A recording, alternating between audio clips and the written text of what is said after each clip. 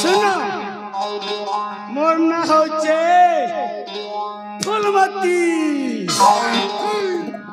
मगे आमा गहलो बहुत फल बसा ताक समझे ए फूलो कैसा मोर ना हैला फूलो मगे नहीं फूलो जदि छुमरा लगले है लगे ठुलो ये मरे क्या करबो मोर ना बासी करी देले क्या करबे मां मोर मारानी मगे पेला जे মই ই কুলে নেই সে কুলে কি নেই মই মেজি না হেলি নেকি মই মুনিস না বি হেলি নেই क्या करबे रे मां मोर तो प्लस माइनस कैंसर ही जाइछि ठीक আছে ये माता करबी नहीं मोर भाई तो खराब ही जाइछि मुझे ने पारे हरी तेने पारे हरी कोलाहाड़ी ने किते भोगने मजा ने रे मा सेंटर ने रखी चला ठीक আছে ये मां कोई गो ए मां ऊपर वाला किटा फल कलो काए हमके 50-50 कलो कोई गो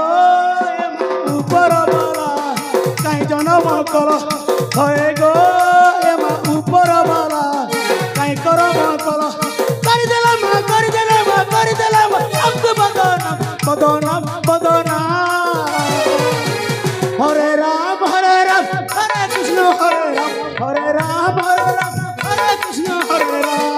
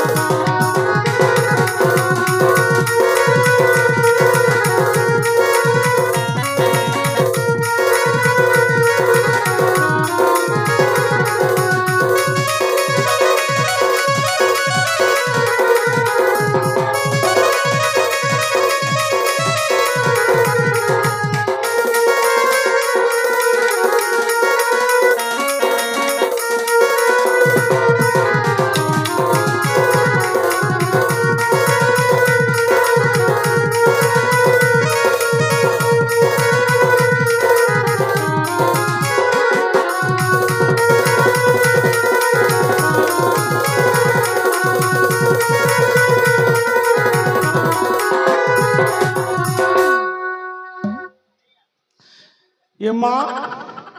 मुई देखो एतकी बेर ही गला ना